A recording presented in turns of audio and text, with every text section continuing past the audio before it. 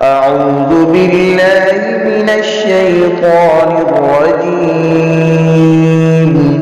بسم الله الرحمن الرحيم.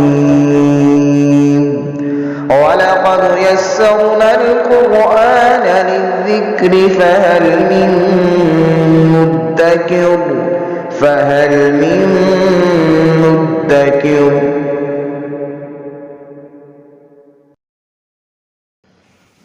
بسم اللہ الرحمن الرحیم۔ سورہ آل عمران کا آخری رکوع ہے، چوتھا پارہ اور 196 آیہ مبارکہ ہے 196 آیہ مبارکہ آخری رکوع ہے سورہ آل عمران کا۔ اعوذ باللہ من الشیطان الرجیم، بسم اللہ الرحمن الرحیم۔ لا یغرنک تقلب الذین کفروا فی البلاد متاع قلیل ثم مأواہم جہنم وبئس المہاد۔ سورہ آل عمران آخری آیات مقدسہ ہیں۔ ان آیات میں اللہ تبارک و تعالیٰ نے ہمیں مختلف چیزوں کے بارے میں نصیحت فرمائی، ہدایت فرمائی۔ انسان بعض اوقات اپنے معاملات کو دیکھ کر پریشان ہوتا ہے۔ اہل ایمان محسوس کرتے ہیں کہ ہم اللہ کو ماننے والے ہیں، اس کے رسول صلی اللہ علیہ وسلم پر ایمان لانے والے ہیں اور اللہ کے احکام پر عمل کرنے والے ہیں، لیکن دنیا میں ہماری صورتحال کمزور ہے، جبکہ کافر وہ ظاہری مال و اسباب میں بھی ہم سے آگے ہیں، وہ ترقی یافتہ بھی ہیں، ان کے پاس دنیاوی ساز و سامان بھی زیادہ ہیں، سہولتیں بھی ساری ہیں، حالانکہ اللہ کو ماننے والے ہم ہیں، رسول پر ایمان لانے والے ہم ہیں۔ اگر ہم اس کو غزوہ احد، غزوہ بدر جس کا ذکر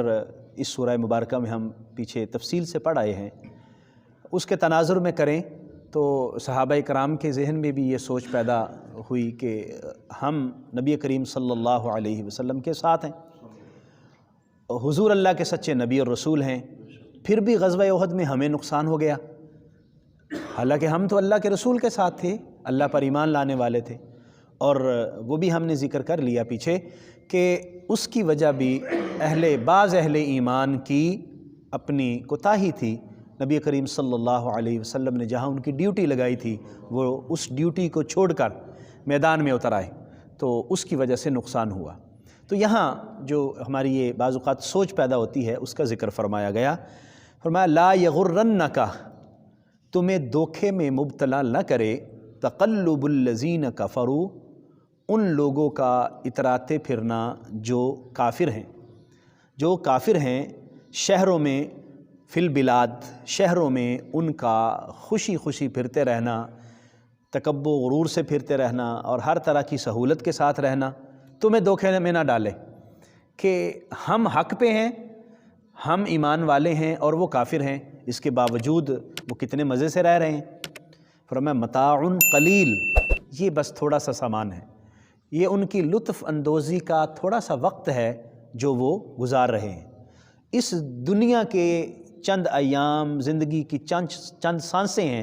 جو وہ عیش و عشرت میں گزار رہے ہیں، بس اس کے بعد ختم، جب موت آئے گی ان کا سلسلہ ختم ہو جائے گا، اس کے بعد اہل ایمان ہوں گے جن کو اللہ تعالیٰ دائمی نعمتیں عطا فرمائے گا اور اللہ انہیں دائمی کامیابی عطا فرمائے گا۔ یہ متاع قلیل ہے۔ ثم مأواہم جہنم، پھر ان کا ٹھکانہ جہنم ہے، وبئس المہاد، اور وہ بہت برا ٹھکانہ ہے۔ تو وہ شخص جو چند روزہ زندگی کو خوشحالی کے ساتھ یا عیش و عشرت کے ساتھ بسر کر لے اور پھر اس کے بعد دائمی زندگی عذاب میں اس کی گزرے، تو پھر کامیاب وہ تو نہ ہوا، کامیاب تو وہ ہوا کہ چند دن اگرچہ اس نے مصیبت میں گزار لیے، آفات میں گزار لیے، مشکلات پریشانیوں میں گزار لیے، لیکن اس کے بعد اس کی دائمی سہولت ہے، اس کے لیے دائمی جنت ہے، اس کے لیے اللہ کی رضا ہے، اللہ تبارک و تعالیٰ کی نعمتیں ہیں۔ تو کامیاب وہ ہوا جس کو دائمی نعمتیں اللہ تعالیٰ عطا فرماتا ہے۔ لیکن الذین اتقوا، لیکن وہ لوگ جنہوں نے تقوی اختیار کیا۔ لیکن الذین اتقوا ربہم، انہوں نے اپنے رب کا تقوی اختیار کیا، اپنے رب سے ڈرے، لہم جنات، ان کے لیے جنتیں ہیں، تجری من تحتها الانہار، جن جنتوں کے نیچے نہریں جاری ہیں، ان باغات میں نہریں چل رہی ہیں، رواں دواں ہیں، خالدین فیہا، اور پھر وہ ہمیشہ ہمیشہ اس میں رہیں گے۔ یعنی اللہ جن کو جنتیں عطا فرمائے گا، ان مختلف جنتوں میں جگہ عطا فرمائے گا، وہ عارضی نہیں ہوگی کہ چند دن وہاں رہیں گے اور پھر نکال دیے جائیں گے، نہیں، فرمایا خالدین فیہا۔ ایمان والوں کا کام ہے تقوی اختیار کرنا، پرہیزگاری۔ جب وہ تقوی اختیار کریں گے، پرہیزگاری اختیار کریں گے، پھر اللہ تعالیٰ یہ انعامات عطا فرمائے گا۔ نزلا من عند اللہ، یہ اللہ کی طرف سے مہمان نوازی ہے، جو اللہ تعالیٰ جنات عطا فرمائے گا اور اس میں جو نعمتیں ہوں گی یہ اللہ کی طرف سے ہوں گی، اور وہ مہمان نواز وہ ہے، میزبان اللہ ہوگا اور ہم وہاں اس کے مہمان ہوں گے۔ اہل ایمان، اہل تقوی ان کے اللہ کے مہمان ہوں گے، اور اللہ کریم ان پر فضل و کرم فرمائے گا۔ وما عند اللہ خیر للابرار، اور جو نعمتیں اللہ کے پاس ہیں وہ ابرار کے لیے بہترین ہیں۔ دنیا کے اندر جو کچھ ہے وہ اس کو بھی ملتا ہے جو ایمان والا ہے، اس کو بھی ملتا ہے جو ایمان والا نہیں ہے، لیکن آخرت اسی کی ہے جو ایمان اور تقوی والا ہے۔ نبی کریم صلی اللہ علیہ وسلم نے ارشاد فرمایا دنیا کی قیمت اللہ کے سامنے ایک مکھی کے پر کے برابر بھی نہیں ہے۔ اگر اتنی قیمت بھی ہوتی، دنیا کے جو بھی ساز و سامان ہے، دنیا کی جو بھی عیش و عشرت ہے، اگر اس کی قیمت ایک مکھی کے پر کے برابر بھی ہوتی تو اللہ کافر کو پانی کا ایک گھونٹ بھی عطا نہ کرتا، لیکن یہاں سب کو مل رہا ہے۔ تو اس کا مطلب یہ ہوا کہ دنیا بالکل سب کچھ نہیں ہے، بلکہ آخرت ہے، اور ہمیں اہل ایمان کو آخرت کے لیے کوشش کرنی چاہیے۔ جو اللہ کی بارگاہ میں نعمتیں ہیں وہ نیکوکار لوگوں کے لیے وہ بہترین ہیں، وہ سوچتے ہیں کہ اللہ کی بارگاہ سے ہمیں کیسے اللہ اپنی نعمتیں عطا فرمائے گا اور ہم پر کیسے فضل و کرم فرمائے گا۔ آخری جو آیہ مقدسہ سیکنڈ لاسٹ جو آیہ مقدسہ ہے، اس میں اہل کتاب سے متعلق ارشاد فرمایا گیا۔ سورہ آل عمران میں اہل کتاب کے متعلق، خاص طور پر یہود کے متعلق بڑی تفصیل سے بیان ہوا، اور نصارہ کے متعلق بھی بیان ہوا کہ وہ ایمان نہیں لے کے آتے، اور ان کی مختلف سازشیں جو نبی کریم صلی اللہ علیہ وسلم کے ساتھ یہود کرتے رہے۔ مدینہ طیبہ میں حضور کے ساتھ انہوں نے دشمنی مول لی، جنگیں بھی ہوئیں، پھر بعد میں غزوہ خیبر بھی ہوا۔ تو عام طور پر ہمارے خیال میں یہ بات آتی ہے کہ اہل کتاب سارے اسی طرح کے ہی ہیں،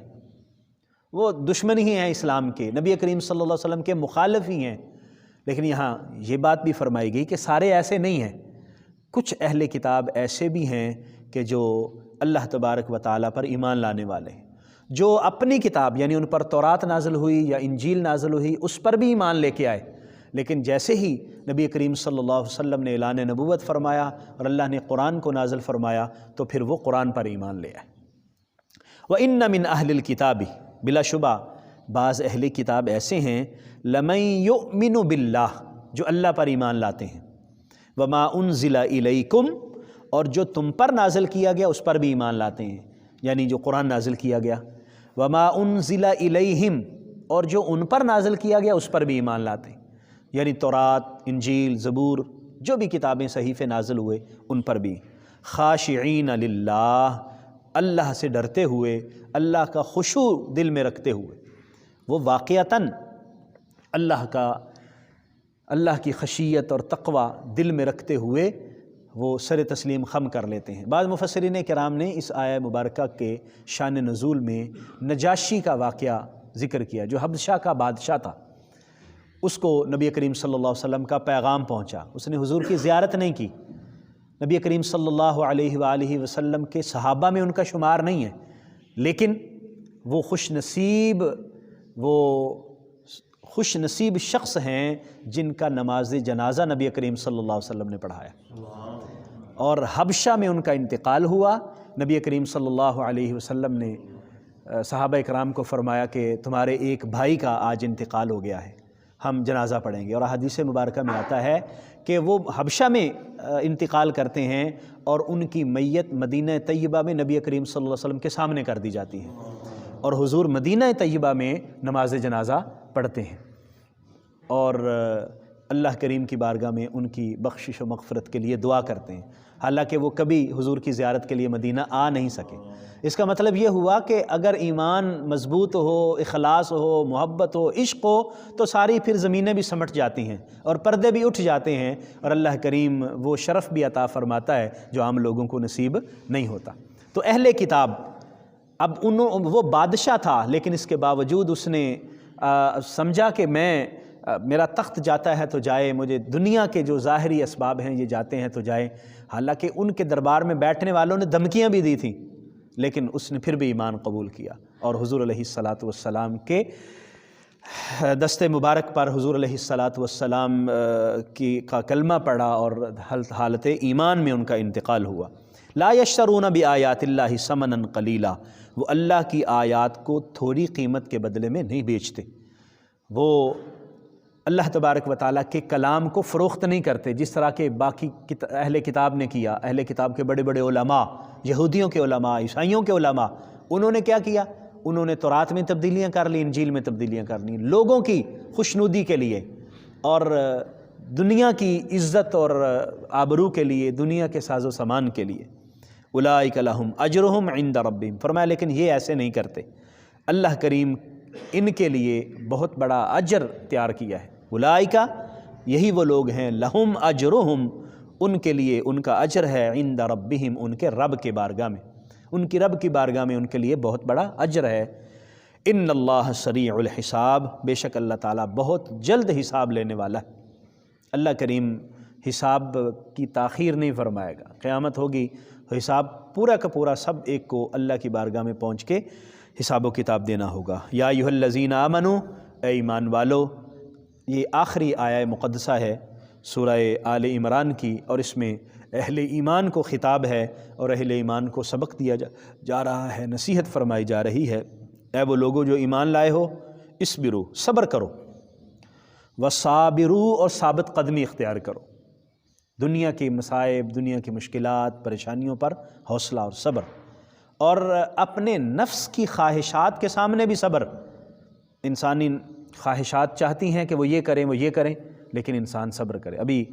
مبارک مہینہ رمضان شروع ہو گیا، یہ بھی صبر کا مہینہ ہے۔ دل چاہتا ہے، بھوک لگی ہوئی ہے، کھانا کھا لیں، لیکن نفس کو سمجھانا بھائی نہیں، روزہ ہے۔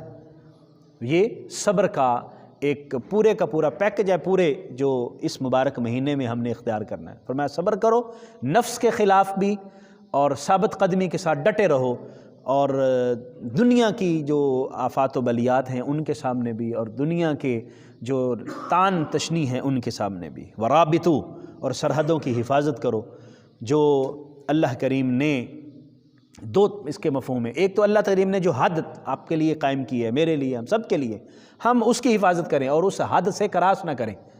جو حدود اللہ نے قائم کی ہیں ان حدود کو پامال نہ کریں۔ اور دوسری، اللہ کریم نے جو ہمیں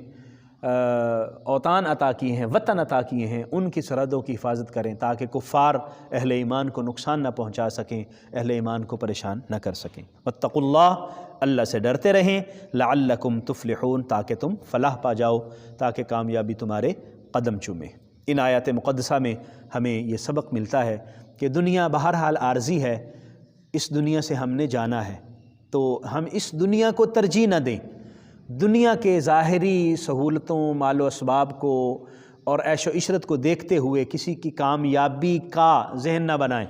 بلکہ کامیاب وہ ہے جو ایمان والا ہے اور تقوی والا ہے اور اس پر ثابت قدم رہتا ہے۔ اصل میں کامیابی اس کے قدم چومتی ہے، کامیاب وہ ہے جو تقوی اختیار کرتا ہے۔ اللہ اس کے لیے جنتیں تیار کی ہیں، اللہ کریم وہ نعمتیں عطا فرمائے گا جو کائنات میں نہ کسی نے سنی ہیں نہ کسی نے دیکھی ہیں۔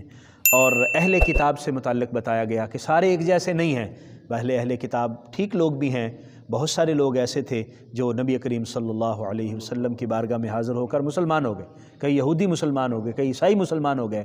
اور بڑے بڑے عہدوں والے بھی دائرہ اسلام میں داخل ہو گئے۔ ہمیں سبق دیا گیا صبر کو اختیار کرتے رہیں، ثابت قدمی کے ساتھ اللہ اور اس کے رسول کی اطاعت و فرما برداری کریں، تقوی اختیار کریں تاکہ دنیا اور آخرت کی کامیابی ہمارے شامل حال ہو جائے۔ اللہ کریم ہمیں توفیق عطا فرمائے، آمین۔ وآخر دعوایا ان الحمد للہ رب العالمین۔